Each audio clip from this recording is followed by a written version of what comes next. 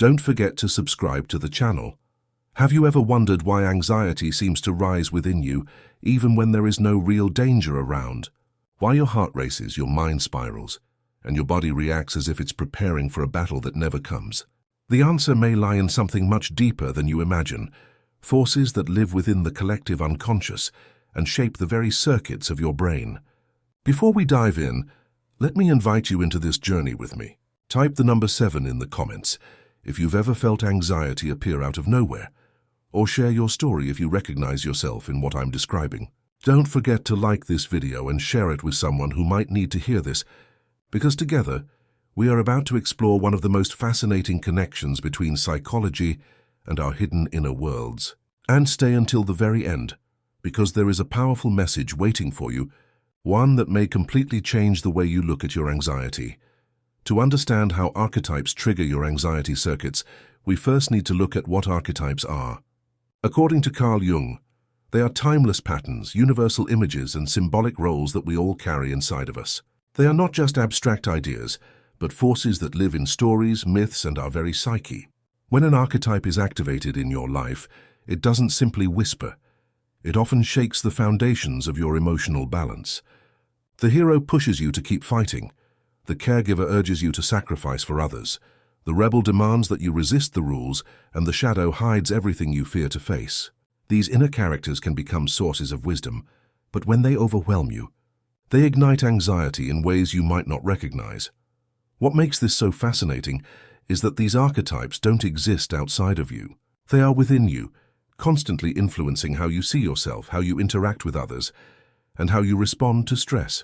In fact, your brain's anxiety circuits, especially the amygdala, which scans for threats, are wired to respond to these unconscious symbols as if they were real-life dangers.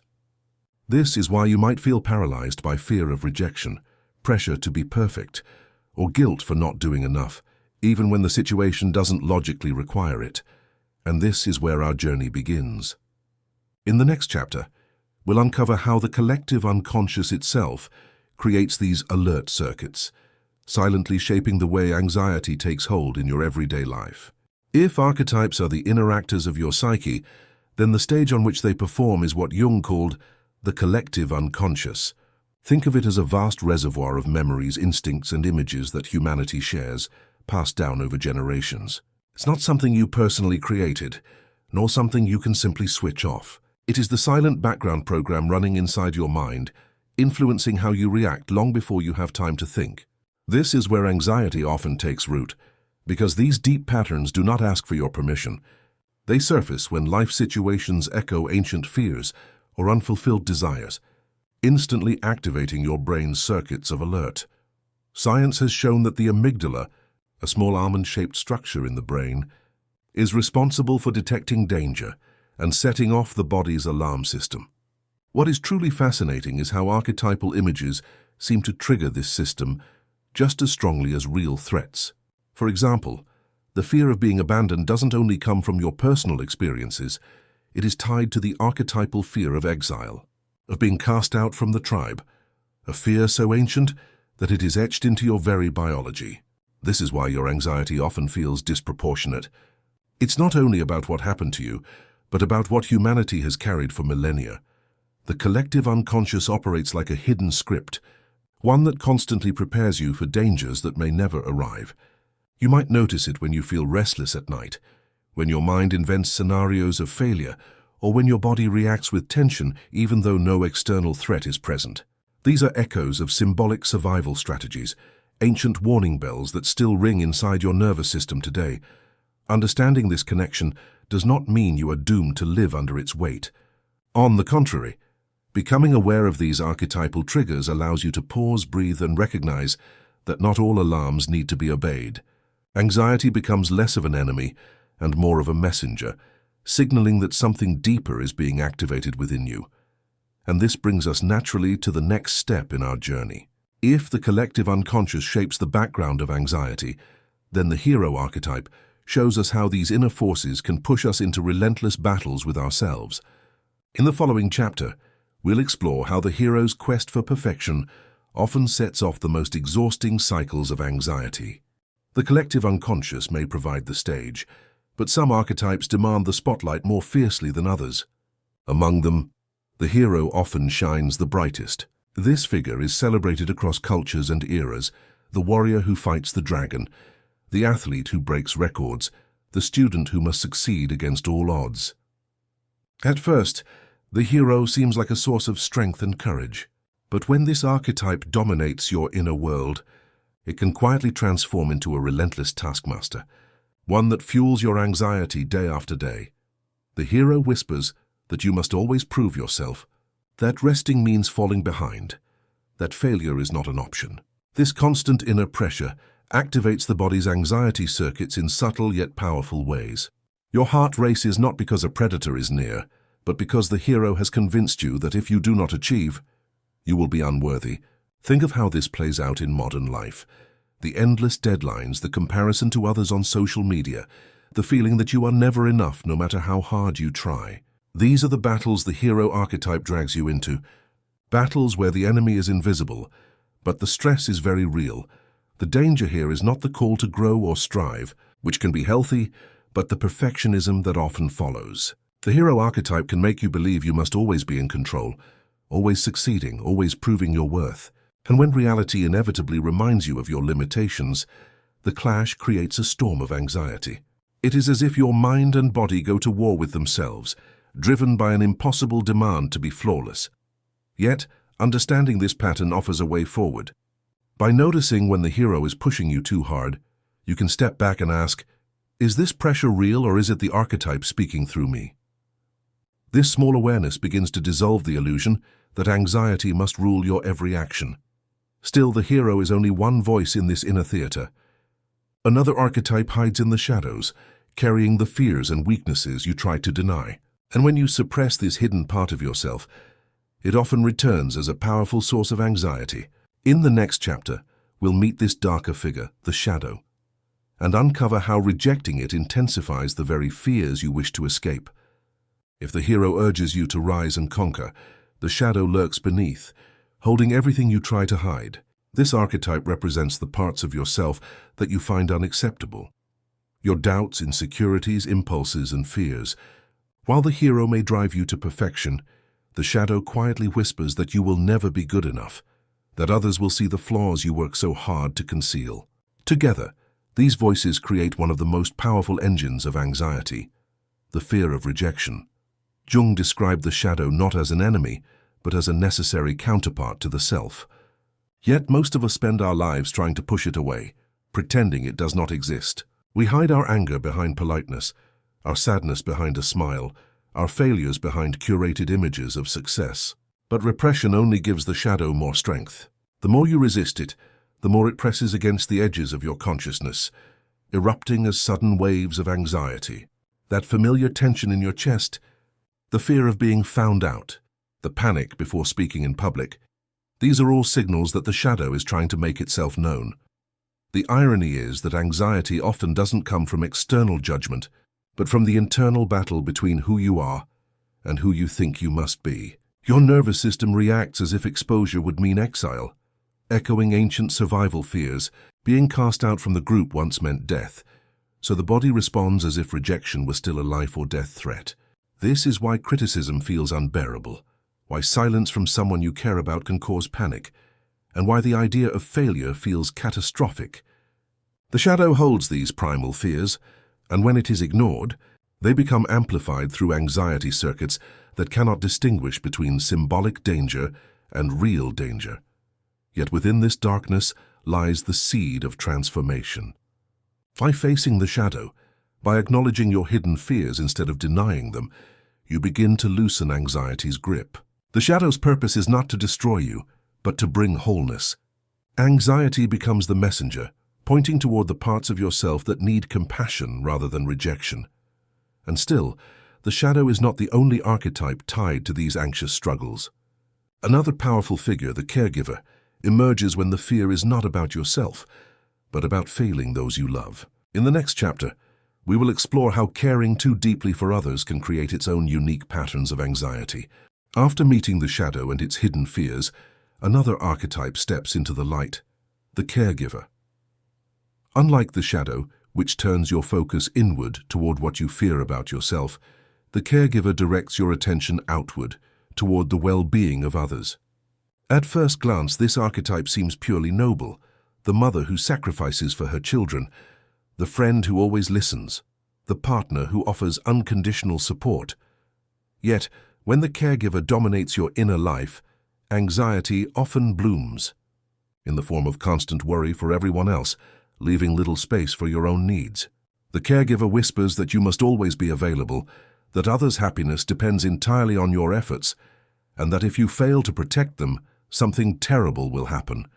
These thoughts activate your brain's anxiety circuits in a very particular way, through guilt and hypervigilance. You may find yourself lying awake at night, replaying conversations, wondering if you said the wrong thing or if someone feels disappointed in you. The nervous system interprets these concerns as threats, even though no immediate danger exists. Over time, this creates exhaustion, as if you are carrying the emotional weight of the world on your shoulders. What makes the caregiver archetype so tricky is that it often feels morally right. To put yourself first may trigger guilt, as though you were betraying your role. But in truth, this archetype can trap you in a cycle of overextension, where your own body begins to protest through anxiety, fatigue, or even physical illness. The paradox is clear. In trying to protect others, you may neglect the one person whose stability matters most, you. Recognizing when the caregiver archetype is overactive allows you to take a step back and ask, is this responsibility truly mine to carry? By drawing boundaries and practicing self-compassion, you begin to reduce the false alarms that keep your nervous system on edge. Caring for others does not have to mean sacrificing your inner peace. Still, the caregiver is not the only archetype whose wisdom can turn into a burden. The next figure we meet, the sage, seeks truth and understanding. But when this search becomes obsessive, it can transform into a different form of anxiety, the endless spinning of the mind. In the following chapter, we will see how the sage's gift of knowledge can also paralyze with overthinking. If the caregiver burdens the heart with constant concern for others, the sage weighs down the mind with the endless pursuit of truth. This archetype embodies wisdom, insight, and the eternal search for meaning. At its best, the sage helps you find clarity in confusion and perspective in chaos.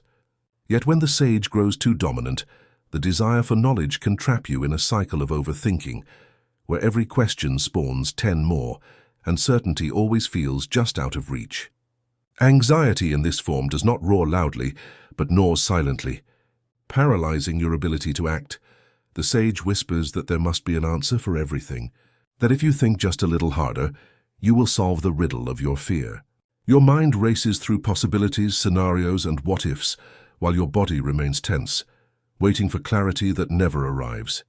Neurologically, this constant rumination keeps your brain's alert circuits active, because your thoughts themselves become perceived threats.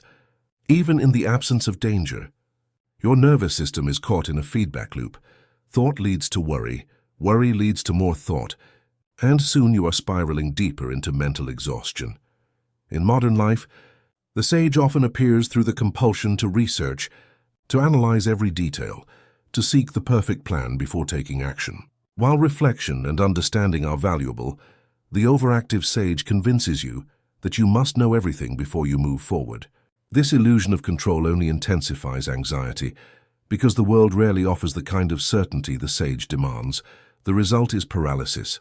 Decisions are postponed, opportunities slip away, and your inner voice grows louder with criticism. Why can't you figure this out? Why can't you stop worrying? Anxiety feeds on this loop, until the mind itself becomes the battlefield. But awareness brings freedom. When you recognize the sage's overactive influence, you can practice stepping away from the compulsion to solve every mystery. Sometimes the path to peace is not more thinking, but the courage to act despite uncertainty. Wisdom, after all, is not only about answers, it is also about knowing when to stop searching.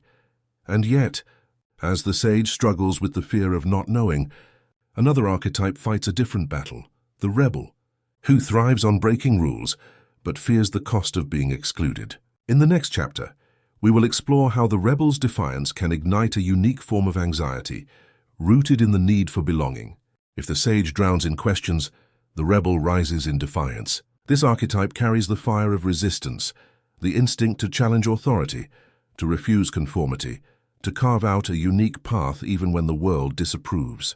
The rebel's energy is vital for growth, for without rebellion, change would never come. Yet hidden beneath the rebel's boldness lies a quieter truth, the deep fear of being cast out. And this fear, more than the rebellion itself, is what fuels anxiety. The rebel tells you that you must stand apart, that rules are chains meant to be broken, that to truly be yourself you must resist the expectations of others. But each act of defiance carries a cost, the possibility of rejection. On a biological level, your nervous system interprets exclusion as danger, echoing ancient survival fears when belonging to the tribe meant safety. So even as you push against the system, anxiety simmers beneath the surface, whispering, "What if they don't accept me? What if I end up alone?" Modern life amplifies this archetype in subtle ways. Choosing an unconventional career, living differently than your family expects, speaking unpopular truths, each of these awakens the rebel. While liberating, they also activate the body's alert circuits. The mind races with doubts, the chest tightens with unease, and sleep becomes restless as you wonder whether your independence will cost you connection. Anxiety here does not only come from external judgment, but from the internal tug-of-war between freedom and belonging. Yet, like all archetypes, the rebel carries both danger and wisdom. When recognized, this archetype teaches the courage to live authentically, even in the face of disapproval. Anxiety becomes the signal that you are walking a path that requires both strength and vulnerability. The challenge is not to silence the rebel, but to balance its cry for freedom with the human need for community. And this balance leads us toward the final stage of our journey. Having seen how the hero, shadow, caregiver, sage, and rebel each trigger anxiety in different ways, we arrive at the most important question: how can we integrate these forces rather than be ruled by them? In the next and final chapter, we will explore how embracing all of these archetypes can transform anxiety into a gateway for self-discovery. Throughout this journey, we've met the hero demanding perfection, the shadow hiding what we fear, the caregiver sacrificing for others, the sage drowning in endless thought, and the rebel risking exclusion. Each archetype carries both wisdom and danger. Each one, when unbalanced, can awaken the circuits of anxiety that leave you restless, fearful, or overwhelmed. But here lies the most important truth. Anxiety is not just a curse. It is also a compass, pointing you toward the parts of yourself that are asking to be seen, accepted, and transformed. When you recognize that the hero's pressure is not a command but an impulse, you can choose rest without shame. When the shadow whispers your fears of rejection, you can face them with compassion instead of denial. When the caregiver insists you must carry everyone's pain, you can set boundaries and still love deeply. When the sage keeps you stuck in overthinking, you can step forward despite uncertainty. And when the rebel fears exclusion, you can honor your individuality while still seeking meaningful connection. In other words, integration is not about silencing these voices, but about listening, balancing, and learning from them. The powerful message I promised you at the start is this: your anxiety is not proof of weakness, it is evidence of your depth. It shows that you are connected to forces larger than yourself, echoes of humanity's ancient struggles that still live inside your nervous system. Instead of fighting against anxiety as an enemy, you can begin to see it as a messenger, guiding you back to the hidden parts of your psyche that long to be understood.